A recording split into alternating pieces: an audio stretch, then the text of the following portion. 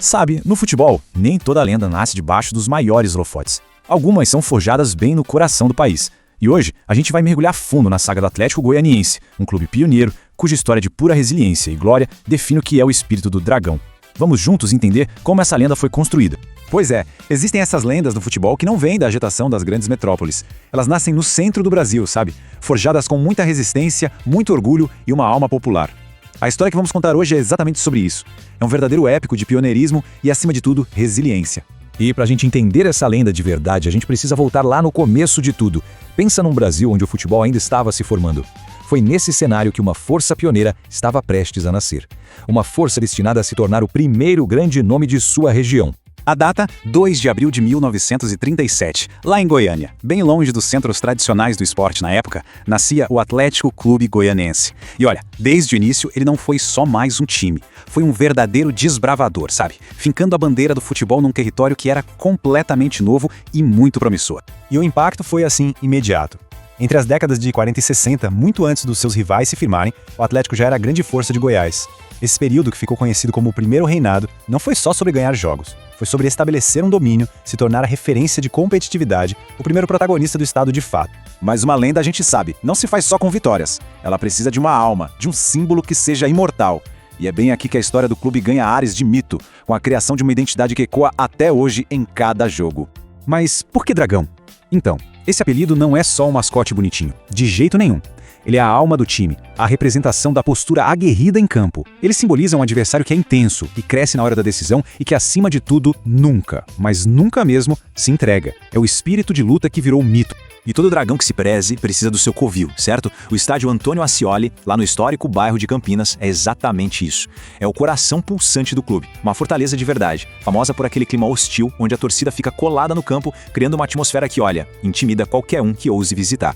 É nesse solo sagrado que a lenda se torna real. Só que, como em toda grande saga, a história não é feita só de glórias. Toda lenda precisa ser testada, passar por provações que a levem até o limite. E agora a gente chega num período de muita dificuldade. As verdadeiras provas de fogo que moldaram o caráter desse dragão.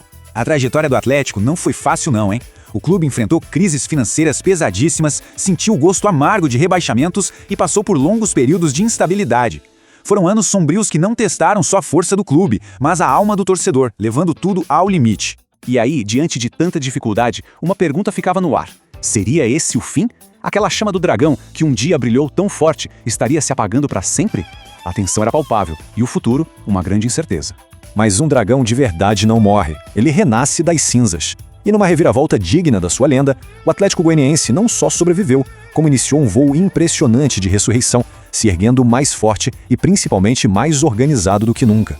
E essa virada não foi por acaso. A partir dos anos 2000, o clube se reergueu em cima de 3 pilares. Primeiro, uma gestão moderna, que deixou a improvisação de lado e focou na organização. Isso levou ao segundo pilar, o retorno, de forma sólida, à elite do futebol brasileiro. E com isso veio o terceiro passo. O clube ganhou destaque continental, fazendo campanhas memoráveis na Copa Sul-Americana. A transformação foi total. O clube deixou de ser só uma potência regional para se tornar um competidor nacional consolidado. A tradição se uniu à modernidade. A antiga luta pela sobrevivência deu lugar a uma busca constante pelo sucesso, provando que sim, a garra e o orgulho de uma região podem desafiar os gigantes do nosso futebol. E assim a gente chega ao capítulo final desta análise, o momento em que a história se firma como um legado imortal. Um legado que não está só nos troféus, mas nas pessoas que carregam e defendem a honra desse clube no peito. Nomes como o artilheiro histórico Washington, o técnico Jair Ventura, que é um símbolo dessa organização moderna, e o goleiro decisivo Renan, eles personificam a entrega e o compromisso que definem a essência do dragão. São eles os guardiões de hoje de uma tradição muito longa e honrada. No final das contas, talvez não exista uma metáfora melhor para resumir essa saga. O Atlético Goianiense é isso. É como um dragão que, quando enfrenta a tempestade, não se deixa bater. Pelo contrário, ele usa os ventos contrários da dificuldade para ganhar impulso e voar ainda mais alto. É uma história que inspira e prova que a resiliência é, sem dúvida, a maior de todas as vitórias. E essa foi a Saga do Dragão. Se você curtiu conhecer essa história a fundo, não se esqueça de se inscrever aqui, deixar o seu like e comentar o que mais te impressionou. A participação de todos fortalece demais o nosso trabalho. Até a próxima!